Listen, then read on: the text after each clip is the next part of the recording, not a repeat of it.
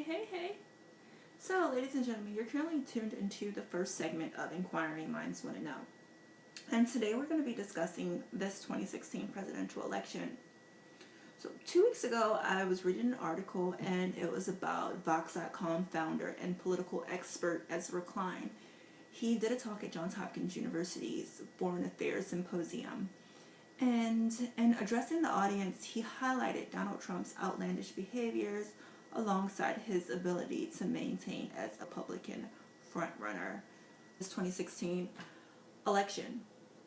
So Klein, he admits to not being able to predict this, while journalist Rachel Chisholm questions how is this happening. And of course, I have the answer for you, right?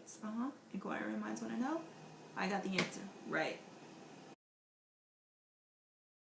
The answer is simple. We're currently experiencing a critical election. Now, this type of election tends to mobilize new voters, bring new issues to surface, and promote a new class of political elites.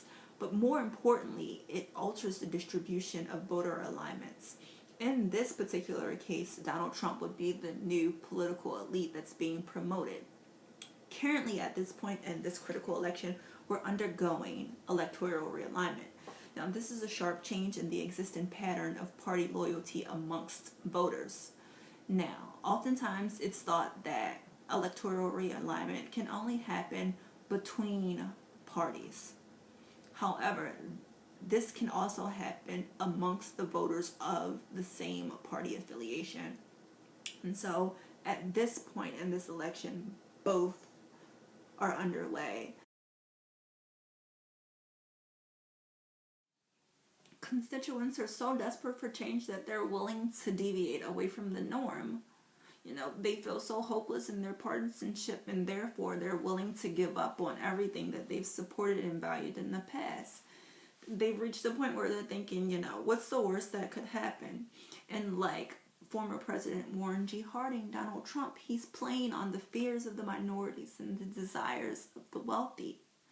Donald Trump's ability to make such great leeway in this very important election is the public voicing that they've reached a tipping point. They are tired of promises being broken. They're tired of all talk and no walk. They're tired of dealing with the same situations, and thus they're willing to support something and someone that they normally wouldn't. Clear examples of realignment in the past include in 1920 when President Warren G. Harding, he won Tennessee from the Solid South. After the Civil War, the 11 Confederate states didn't support a Republican candidate for 40 years, so that was a major act of realignment there. Another example includes in 2008 when Democrats, they were able to expand their majorities in Congress, and they won the presidential election with the first African-American president carrying President Obama. After 8 years of dealing with financial crisis, constituents, they feared a continuation of economic crisis and therefore realigned. A more recent example would have included in Maryland's 2014 gubernatorial election, where Republican candidate Larry Hogan was elected into office. Governor Larry Hogan is actually the second Republican candidate voted into office in 50 years for the state of Maryland. So that was a huge realignment act there.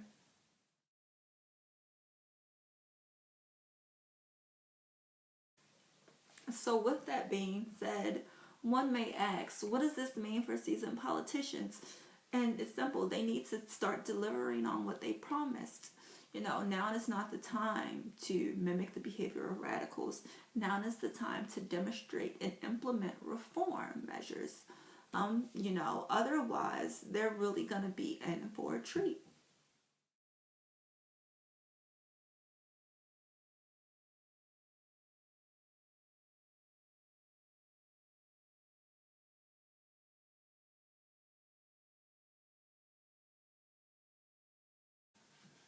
Hey. So, ladies and gentlemen, welcome to the first segment of Inquiring Minds Want to Know. And today's topic is going to be the 2016 presidential election. And So I was reading an article, and it was covering a story on how Box.com and political expert, and while doing so, journalist Rachel Chisholm,